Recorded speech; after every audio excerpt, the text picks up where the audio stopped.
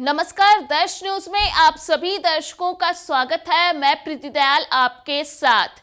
चुनावी रणनीतिकार प्रशांत किशोर की जनसुराज पार्टी के पहले भव्य प्रदर्शन के लिए ऐतिहासिक गांधी मैदान में लगभग 3 से 4 लाख लोगों के लिए सभी आवश्यक इंतजाम किए गए थे। हालांकि शाम 6 बजे जब प्रशांत किशोर मंच पर आए तो उन्होंने लोगों की कम उपस्थिति के लिए सीधे तौर पर माफी मांगी और प्रशासन पर रैली की पूर्व सूचना के बावजूद पटना के आसपास लगभग 2 लाख लोगों को यातायात में फंसे रहने का आरोप लगाया। जी हां, दरअसल उन्होंने कहा कि चिंता मत करो, मैं देर रात तक यहीं रहूंगा और आप सभी से मिलूंगा। आज राज्य सरकार के कहने पर लोगों को डर के मारे गांधी मैदान पहुंचने से रोका गया होगा, लेकिन 10 दिनों के अंदर मैं बिहार बदलाव यात्रा शुरू करूंगा और हर पंचायत और ब्लॉक तक पहुंचूंगा। जब लोगों ने मन बना लिया है तो बिहार में बदलाव को कोई नहीं रोक सकता, क्योंकि इसके लिए अभी आंधी चल रही है।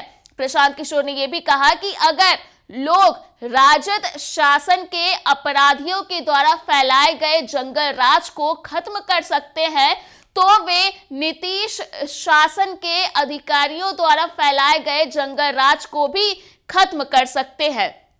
उन्होंने ये भी कहा कि नवंबर में जनता की सरकार के लिए अगले 6 महीनों के लिए तैयार हो जाइए। आज नीतीश कुमार लोगों को यहां आने से रोकने की कोशिश कर रहे हैं, लेकिन अगर मैंने 2015 में उनकी मदद नहीं की होती तो वे उसी समय रिटायर हो गए होते।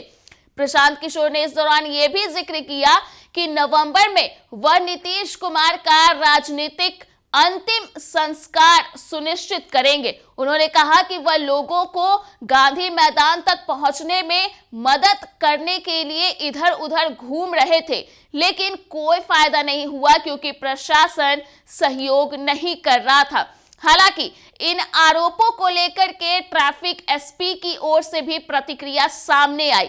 दरअसल ट्रैफिक एसपी पटना अपराजिता लोहान ने गांधी सेतु, जेपी सेतु और गांधी मैदान की वास्तविक समय की जीपीएस लोकेशन साझा की, जिसमें पुलिस की तैनाती और यातायात का सुचारू प्रवाह दिखाया गया।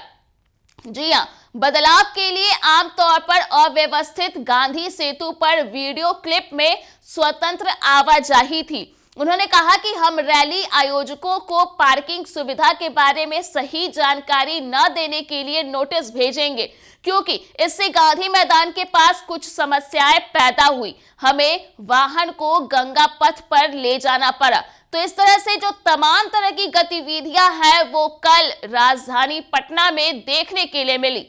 हालांकि जेडीयू की बात करें तो जेडीयू के प्रवक्ता नीरज कुमार ने साफ तौर पर जो प्रहार है वो प्रशांत किशोर की रैली पर कर दिया है। जी हां, उन्होंने कहा कि रैली में उतनी ही उपस्थिति थी जितना सामान्य तौर पर गांधी मैदान में शाम को टहलने वालों की होती है। उन्होंने कहा कि रैली के माध्यम से पीके ने खुद को उजागर करके अच्छा काम किया है और अपनी असफलताओं के लिए दूसरों पर दोष मढ़ने का कोई मतलब नहीं है।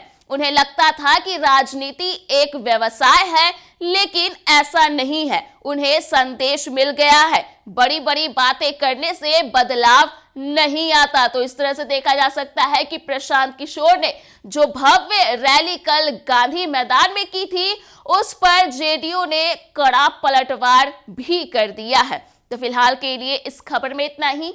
अगर आपने अभी तक हमारे YouTube चैनल को सब्सक्राइब नहीं किया है तो इसे जल्द सब्सक्राइब कर दें। इसके साथ ही अगर ये वीडियो Facebook के माध्यम से देख रहे हैं तो पेज को लाइक करना ना भूलें।